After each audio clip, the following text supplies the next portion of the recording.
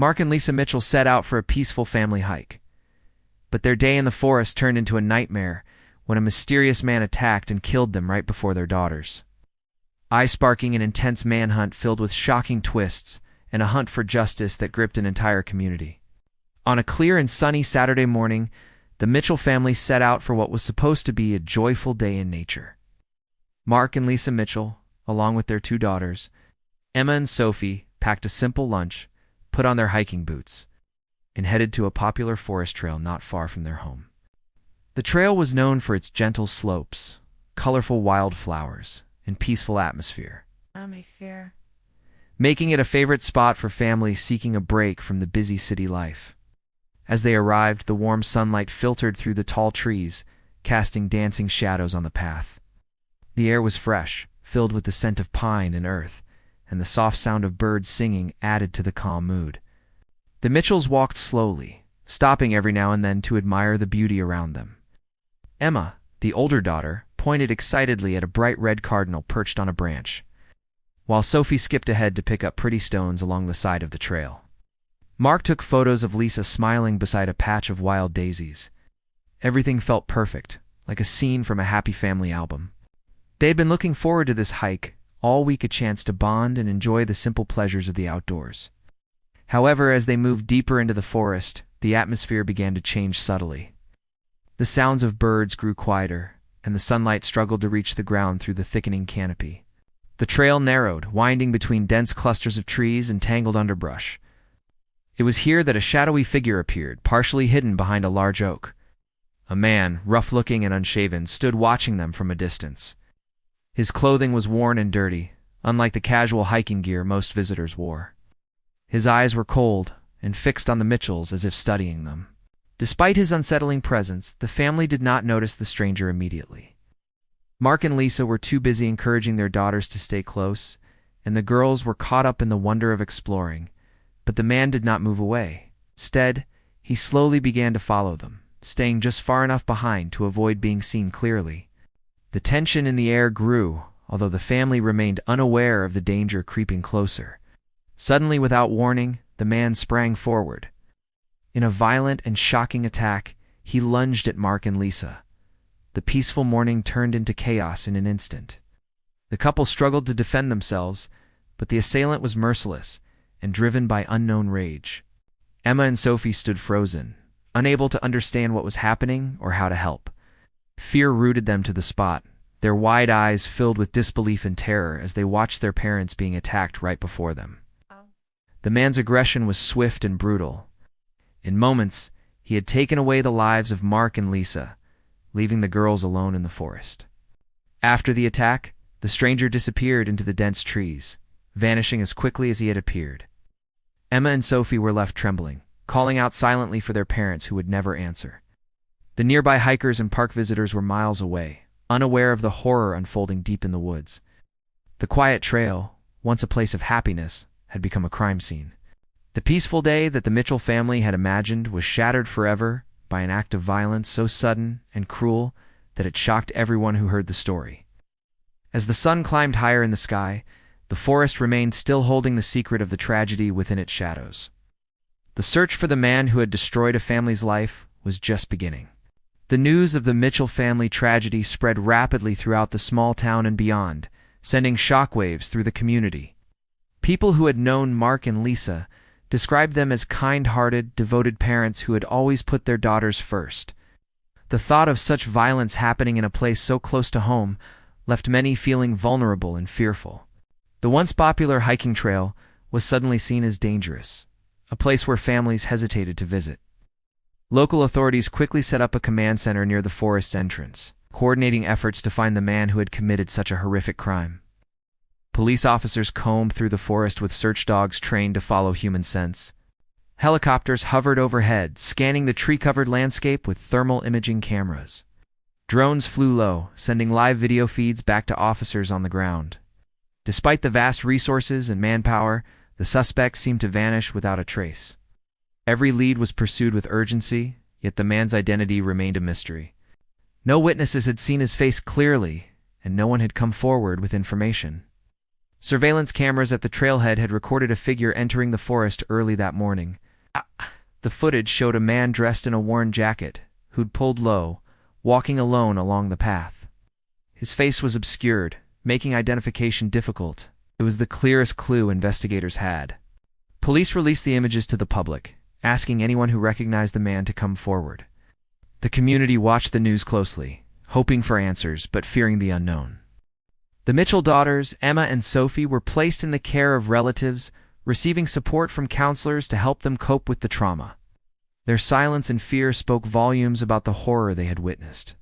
Investigators carefully collected their statements, piecing together the moments before and after the attack. Despite their young ages, the girls provided crucial details that helped law enforcement understand the sequence of events. Yet even with this information, the motive and identity of the attacker remained elusive. Meanwhile, detectives examined recent criminal activity in the area. They checked for any similar assaults, looking for patterns that might connect the cases. Interviews were held with local residents and park employees. Some mentioned seeing a suspicious man camping illegally near the trailhead in recent weeks, while others spoke of strange noises heard at night. Every tip was carefully logged and followed up on, but no concrete leads emerged. As days turned into weeks, frustration grew among law enforcement and the public. The killer seemed to have disappeared into thin air, leaving behind only fear and unanswered questions. Community members organized vigils and placed flowers near the trail entrance.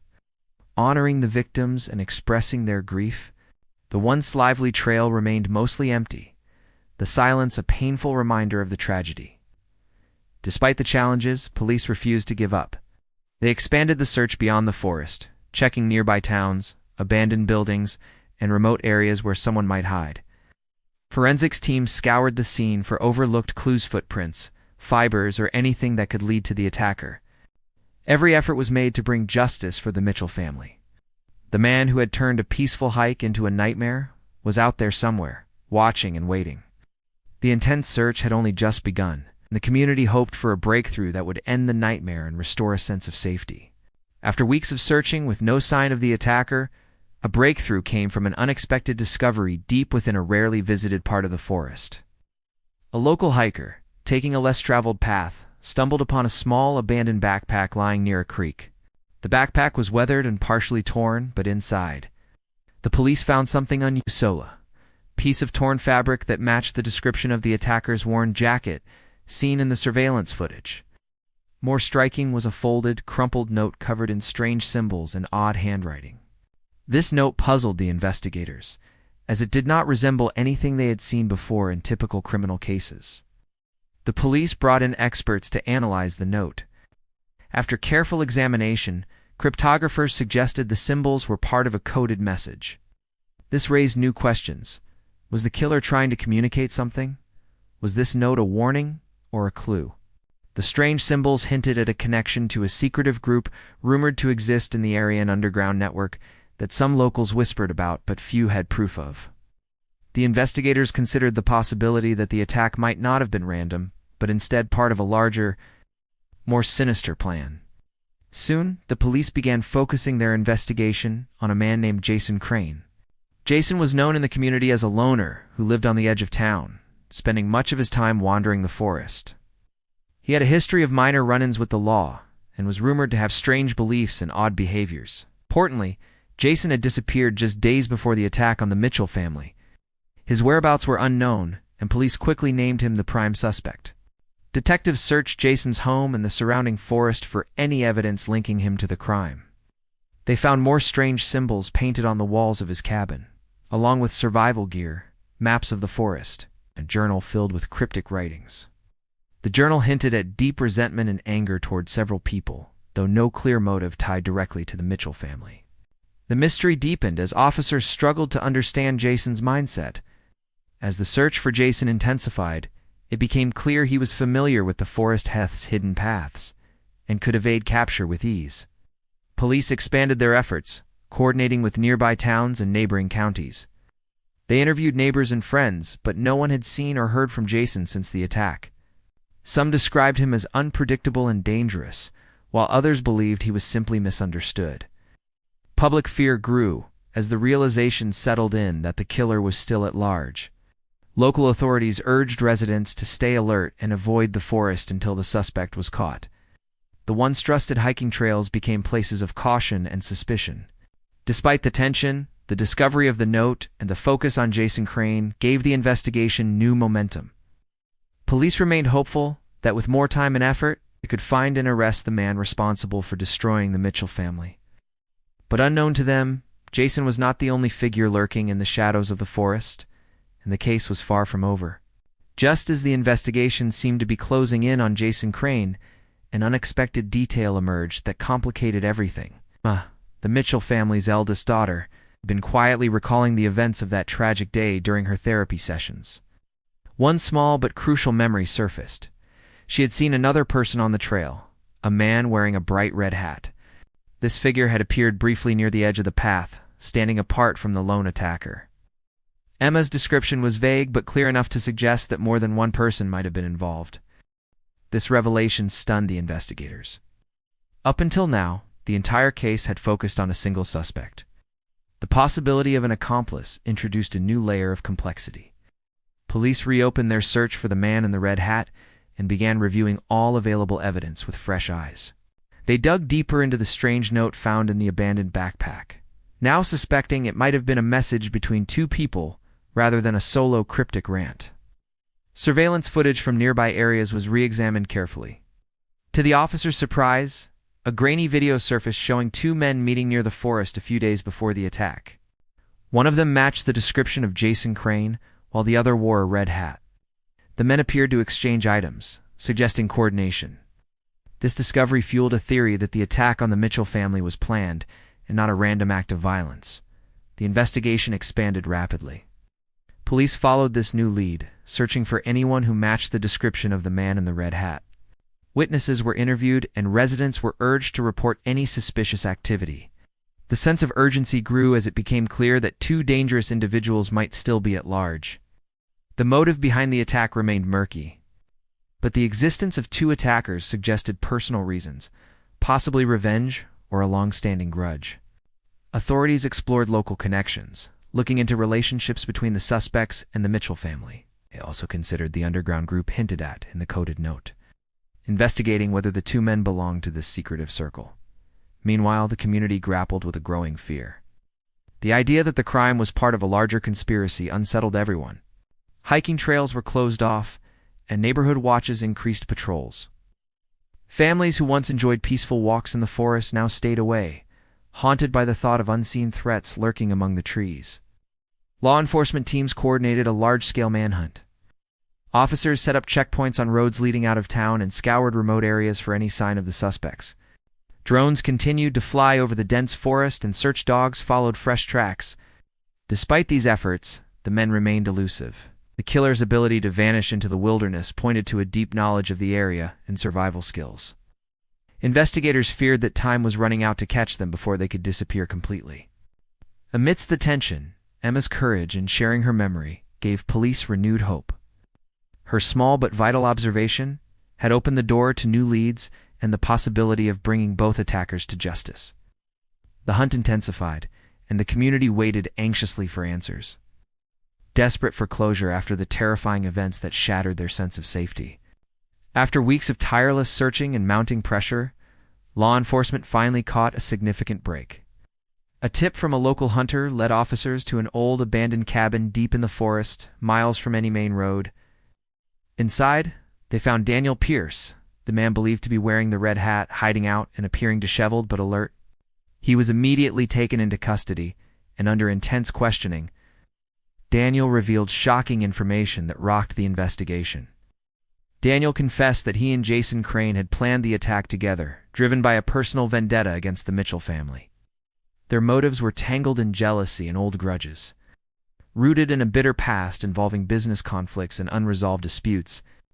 According to Daniel, the assault was meant as a message, a twisted act of revenge that spiraled into deadly violence. His confession also confirmed that the strange note with the coded symbols was a warning. Between the two men, a secret language they had used to communicate without raising suspicion. Following Daniel's capture, police intensified their search for Jason Crane.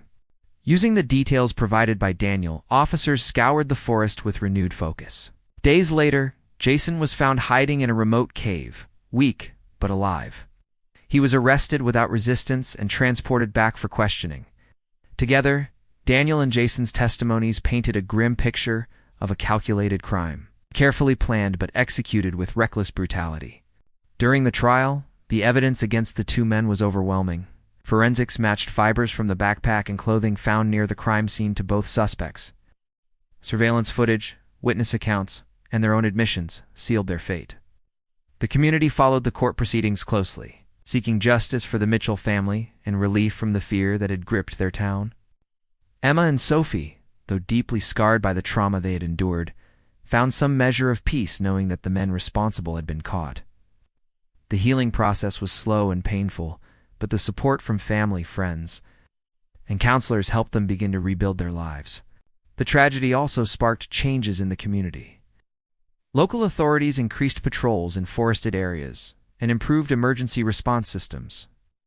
Safety campaigns encouraged hikers to stay alert and report suspicious behavior. The hiking trail where the attack had occurred was eventually reopened, but it carried a new weight serving as a reminder of both loss and resilience. For the Mitchell family, the nightmare that had shattered their lives was finally met with closure. The story of the attack, the intense search, and the surprising twists along the way revealed the darkness that sometimes hides behind familiar places. But it also highlighted the strength of a community determined to seek justice and protect one another. Though forever marked by the events in the forest, the town moved forward, holding on to hope that peace could return and that the lessons learned would help prevent such horrors in the future. The search was over, but the memory of that day remained, a powerful reminder of courage amid tragedy.